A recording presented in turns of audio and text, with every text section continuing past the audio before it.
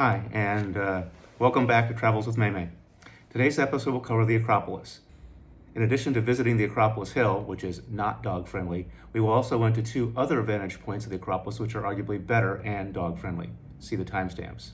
Maymay, you want to go for a walk? Ready to go for a walk, bud?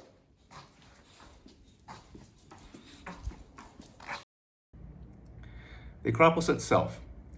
For the history of the Acropolis, I will leave a link at the end of the video.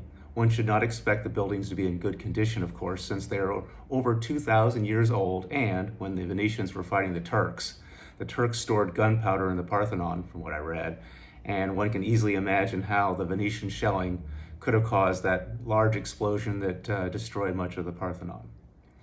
The Acropolis is best viewed in the morning, I believe, for a few reasons. First, the crowds, the heat in the summertime, and the beauty of the light in the morning. If you can manage it, try to be in the first group that enters at 8 a.m. Now, since 2024, just FYI, you must purchase tickets on a timed entry system. Theoretically, the crowds at 1 p.m. should be manageable, but there will be stragglers and the photos won't be as good, and it could be hot. There are 4 things to see on the Acropolis Hill, in my opinion. The Parthenon, of course, the temple complex of Athena, the Propylaea Gate, and the Odeon of Herodes, which is the stadium.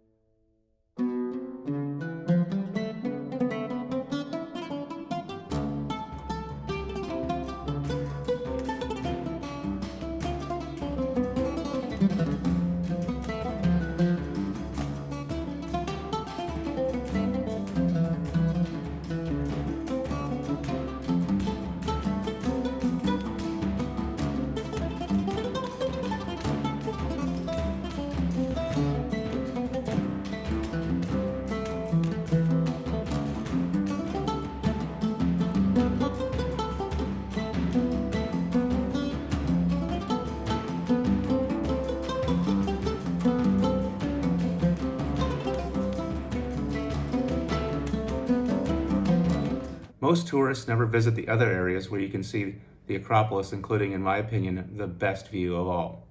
On the map, you can see the arrow pointing at Philopappos Hill. This hill offers some of the best views of the Acropolis, including many that look the way that it would have looked 2,000 years ago, i.e., you can't see the city. If you want to go there, go to the prison of Socrates, it's to the southwest of the Acropolis, and then go up the hill. As you go up, you can see a series of viewpoints that look like those that I picture.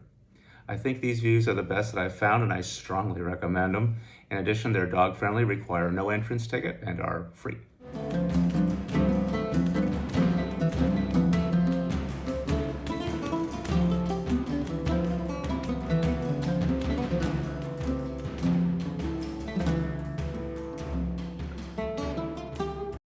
On the map, see the arrow pointing at the Lycabettus Hill, but I have also heard it referred to as the Saronic Hill. This hill is further away and actually taller than the Acropolis by a fair bit, so your views here will be somewhat different. Because of the distance from the Acropolis, you should climb here when the air is most clear, because the haze is sort of bad. And if you don't feel like climbing, you can use the funicular to help you. Finally, the hill is, when you get to the top, positively delightful due to having a cafe where you can sip beer and look out over Athens, although I don't think you can see the Acropolis from the cafe.